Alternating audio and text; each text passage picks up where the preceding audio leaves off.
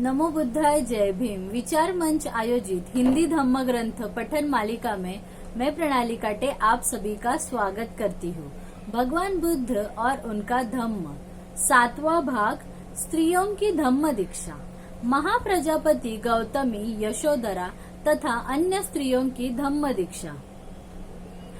जब सिद्धार्थ कपिलवस्तु लौटे तो शाक्य स्त्रियां भी संघ में प्रविष्ट होने के लिए उतनी ही उत्सुक थी जितने पुरुष। ऐसी स्त्रियों की अगुआ स्वयं महाप्रजापति गौतमी थी।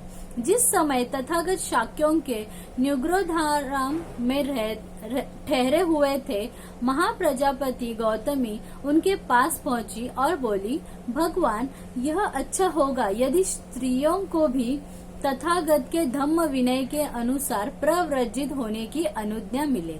गौतमी, रहने दो, ऐसे विचार को मन में उत्पन्न न होने दे। दूसरी और तीसरी बार भी महाप्रजापति गौतमी ने अपनी प्रार्थना दोहराई। दूसरी और तीसरी बार भी उसे वही उत्तर मिला। तब महाप्रजापति गौतमी बहुत ही दुखित, चिंतित हुई। उसने तथागत के सामने सिर झुकाया और आंखों में आंसू लिए रोती हुई चली गई। जब तथागत न्युग्रोधाराम से चारिका के लिए निकल पड़े तो महाप्रजापति गौतमी और शाक्य स्त्रियां इकट्ठी हुई और विचार करने लगी कि तथागत के प्रार्थना स्वीकार न करने पर अब आगे क्या किया जाए। शाक्य स्त्रियों ने सोचा कि वे तथागत के इस इनकार को उनका अंतिम निर्णय नहीं मानेंगी और किसी न किसी तरह तथागत को राजी करेगी। उन्होंने यह भी निर्णय किया कि वे एक कदम आगे जाएंगी और स्वयं परिव्राजका बनकर तथागत के सामने उपस्थित होगी। तदनुसार महाप्रजापति गौतमी ने अपने बाल काटे, काषाय वस्त्र पहना और दूसरी अनेक स्त्रियों को साथ लिए तथागत से भेंट करने के लिए निकली।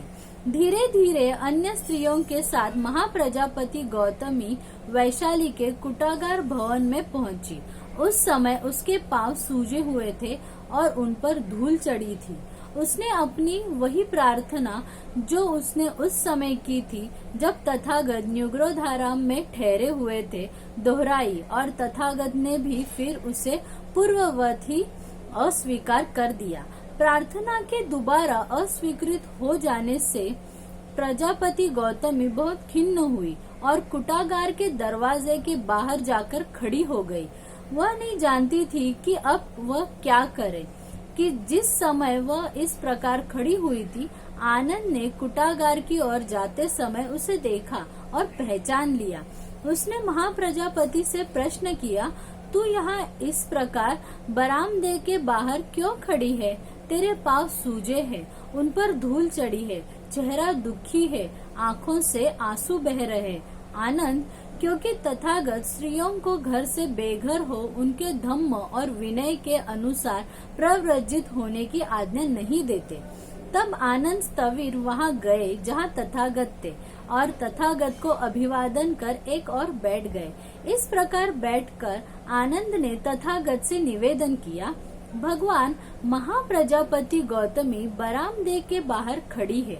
उसके पांव सूजे हैं, उन पर धूल चढ़ी है, चेहरा दुखी है, आंखों से आंसू बह रहे, क्योंकि तथागत स्त्रियों को घर से बेघर हो तथागत के धम्म और विनय के अनुसार प्रव्रजित होने की आज्ञा नहीं देते।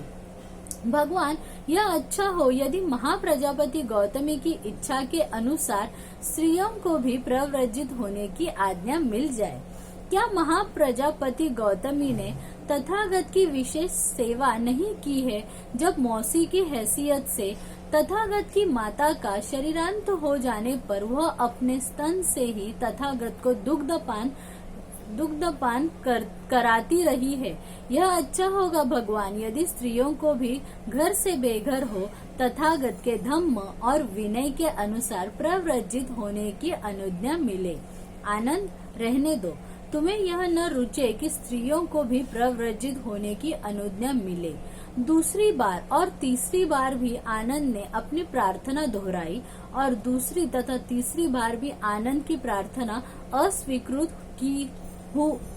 अस्वीकृत ही हुई।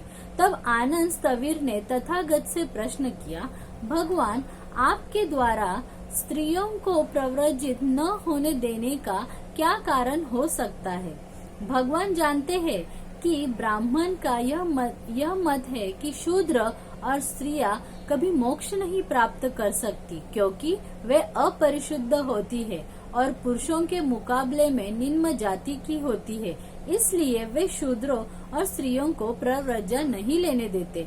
तो क्या तथागत की भी दृष्टि भी ब्राह्मणों के समान ही है? क्या तथागत ने ठीक उसी प्रकार शूद्रों को भी संघ में प्रविष्ट नहीं किया है जैसे ब्राह्मणों को? भगवान, स्त्रियों से ही ऐसा भेदभाव करने का क्या कारण है? क्या तथागत का यह मत है कि तथागत के धम्म और विनय के अनुसार चलकर स्त्रियां निर्वाण प्राप्त नहीं कर सकती? तथागत बोले, आनंद, मुझे गलत तौर पर मत समझो। मेरा मत है कि पुरुषों की तरह ही स्त्रियां भी निर्वाण प्राप्त कर सकती है। आनंद, मुझे गलत तौर पर मत समझो। मैं पुरुषों को स्त्रियों की अपेक्षा किसी भी तरह विशेष नहीं मानता। महाप्रजापति गौतमी की प्रार्थना को जो मैंने स्वीकार नहीं किया है, वह स्त्रियों को पुरुषों की अपेक्षा है समझने के कारण नहीं, बल्कि व्यवहारिक कारणों से। भगवान, मैं बड़ा प्रसन्न हूँ कि तथागत ने मुझ पर यथार्थ कारण प्रकट कर दिया, लेकिन क्या व्यवहारिक कारणों से महाप्रजापति गौतमी की प्रार्थना सर्वथा अस्वीकृत होनी चाहिए? क्या ऐसे करने से लोग धम्म की निंदा नहीं करेंगे? क्या लोग ऐसे नहीं कहेंगे कि तथागत के धम्म विनय में पुरुषों की अपेक्षा स्त्रियों को है माना जाना है? क्या जिन व्यवहारिक कठिनाइयों की तथागत को चिंता है, उनसे बचने के लिए कुछ नियम नहीं बनाए जा सकते? अच्छा आनंद, यदि महाप्रजापति का इतना आग्रह है कि मेरे धम्म विनय में उन्हें प्रव्रजित होने की अनुमति मिलनी चाहिए, तो मैं इसे स्वीकार करता हूँ। लेकिन इसके लिए महाप्रजापति गौतमी को स्त्रियों की ओर से 8 बातें स्वीकार करनी होगी और स्त्रियों से उनका पालन कराना भी उसकी जिम्मेदारी होगी। यही महाप्रजापति की दीक्षा होगी। तब आनंद स्थविर ने तथागत से उन 8 नियमों की जानकारी प्राप्त की और जाकर महाप्रजापति गौतमी को वह सब बातचीत सुना दी जो तथागत से हुई थी। महाप्रजापति गौतमी बोली, आनंद, जिस प्रकार अलंकार प्रिय कोई कुमारी या कुमार यदि स्थानांतर उसे कमल के फूलों की व चमेली के फूलों की व अति मुक्त की माला दी जाए और वह उसे दोनों हाथों में लेकर सिर पर रखे, उसी प्रकार आनंद, मैं इन 8 नियमों को अपने सिर पर जीवन पर्यंत पालन करने के लिए धारण करती हूँ। तब आनंद स्थविर तथागत के पास आए और अभिवादन कर एक और बैठ गए। एक और बैठकर आनंद स्थविर ने तथागत को कहा, महाप्रजापति गौतमी ने इन 8 नियमों के पालन कराने की जिम्मेदारी अपने सिर पर ले ली है, इसलिए अब यह उसकी उपसंपदा मान ली जाए। अब महाप्रजापति गौतमी ने प्रव्रजा उपसंपदा ग्रहण की और उसके साथ ही उन 500 शाक्य देवियों ने भी, जो महाप्रजापति गौतमी के साथ चलकर आई थी। इस प्रकार प्रव्रजित उपसंपन्न होकर प्रजापति गौतमी तथागत के सामने आई और तथागत को अभिवादन किया। तथागत ने उसे धम्म और विनय की शिक्षा दी। शेष 500 भिक्षुनियों को तथागत के ही एक शिष्य नंदक के धम्म और विनय की शिक्षा दी। महाप्रजापति गौतमी के साथ जिन शाक्यों देवियों ने प्रव्रजा ग्रहण की अर्थात भिक्षुनियां बनी, उनमें यशोधरा भी थी। भिक्षुनी होने पर उसका नाम भद्रा कात्यायना हुआ। तो आज का भाग हम यही समाप्त कर रहे हैं। अगर आपको विचार मंच का यह उपक्रम अच्छा लग रहा है तो प्लीज सब्सक्राइब आवर चैनल और फेसबुक के पेज को फॉलो कीजिए ताकि आपको नए नए वीडियोस के नोटिफिकेशन आएंगे। नमो बुद्धाय, जय भीम।